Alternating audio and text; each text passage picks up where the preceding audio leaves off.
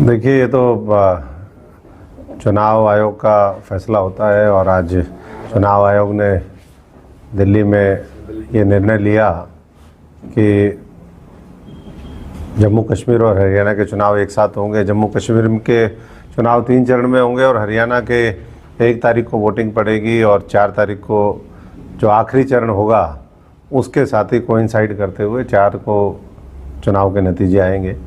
20 दिन का फ़र्क है, कोई बहुत ज़्यादा लंबी चौड़ी बात नहीं है। और इलेक्शन कमीशन क्योंकि एक स्वतंत्र एजेंसी है सरकार की, जो देश में लोकतंत्र और कानून का राज हो, ये सुनिश्चित करने की उनकी जिम्मेदारी है। हम स्वागत करते हैं। और हरियाणा में तो लगातार पिछले 10 वर्षों में जिस तरीके से मेहनत हुई है मनोहर लाल जी के नेतृत्व में, आज नायब सैनी जी जिस तरीके से काम कर रहे हैं, तो मुझे पूरा यकीन है कि केंद्र की और बढ़िया मजबूती के साथ तालमेल करते हुए तीसरी बार फिर हरियाणा में भारतीय जनता पार्टी की सरकार बनेगी।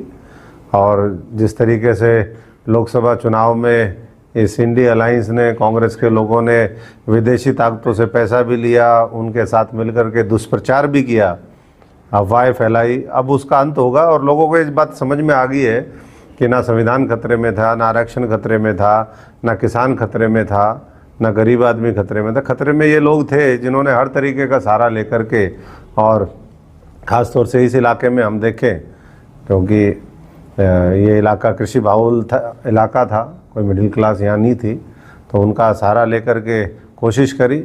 अब लोगों को पश्चाताप भी है इस बात का, और वो कह रहे हैं कि अगर हमें वाकई में हरियाणा को और तेज़ी के साथ आगे लेकर के जाना है तो हमें केंद्र की सरकार मिल करके, क्योंकि जब केंद्र में जिसकी सरकार होती है, बहुत लाखों करोड़ की ग्रांट देते हैं। आज हरियाणा का कोई ऐसा ज़िला नहीं है, जींद सबसे पिछड़ा हुआ ज़िला माना जाता है। आज 3-3 बड़े बड़े भारतमाला से लेकर के कटरा, तमाम नए नए हाईवे वहाँ से निकालने का काम किया, बड़े बड़े प्रोजेक्ट आए।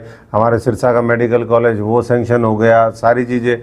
तो इस तरीके से नई नई व्यवस्था बनी भी है। और कुछ लोगों की, जिनकी जैसे सरपंच थे, थोड़ी नाराज़गी थी, उन सरपंचों के लिए बाद में लोकसभा चुनाव के बाद फैसला हुआ, सीधा उनके खातों में पैसा भी गया और एक जिम्मेदारी के साथ वो गांव का विकास सुनिश्चित कर सके, ये कोशिश है एमसीओ से। कोई ऐसा वर्ग नहीं जिससे पिछले 2-2.5 महीने में जिनकी अगर कोई समस्याएं थी, उन समस्याओं को दूर करने की पहल वर्तमान सरकार ने ना की हो।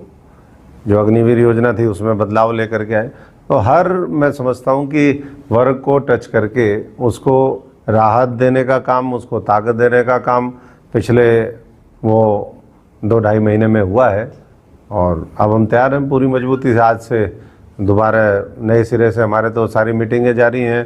16-17 तारीख को सारे विस्तारक, त्रिदेव से लेकर के मंडल और नीचे तक की जो कमेटी है, पूरे हरियाणा में फीडबैक लेने की कवायद उसमें शुरू है। ऑब्जर्वर पहले लग चुके हैं सभी 90 के 90।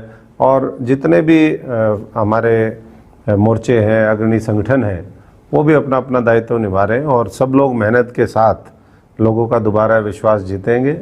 और जो गलतफहमी पाले हुए है कांग्रेस, वो तो अलग अलग दिशाओं में चल रही है। कोई परिवर्तन यात्रा निकाल रहा है, कोई हिसाब मांगने का यात्रा निकाल रहा है, कोई किसी की यात्रा का नाम ही नहीं पता कौन सी यात्रा है। तो ऐसे में मैं समझता हूँ कि लोगों को पता है कि अगर इस देश को सही दिशा में लेकर के विकसित भारत का निर्माण कोई कर सकता है, हरियाणा को विकसित बना सकता है, हरियाणा को तेज़ी से डेवलप कर सकता है, तो उसका नाम भारतीय जनता पार्टी है। और इसलिए 90 की 90 सीटों में से अधिकतर पे कमल खिलाने का काम हरियाणा की जो जनता है वो करेगी, उनका आशीर्वाद मिलेगा। राजनीतिक गलियारों में चर्चा है कि अशोक तंवर सिरसा लोकसभा की 3 जो सीटें हैं, कालांवाली, रतिया या नरवाना में से किसी भी एक सीट पर चुनाव लड़ सकते हैं। देखिए, मैंने तो पहले भी कहा, मैं तो पार्टी का सिपाही हूँ। पार्टी के लिए 90 की 90 सीटों पर काम करेंगे। ऐसी कोई चर्चा मेरे से तो किसी की हुई नहीं। लेकिन हाँ, मैं पहले भी पूरे हरियाणा में घूमता रहा हूँ और हमारी जो भी क्षमता जिस तरीके से भी है, उसका पार्टी जिस तरीके से भी इस्तेमाल करना चाहेगी, हम पार्टी के लिए पूरे हर तरीके से समर्पित हैं और वो इस चुनाव में दिखाई देगा।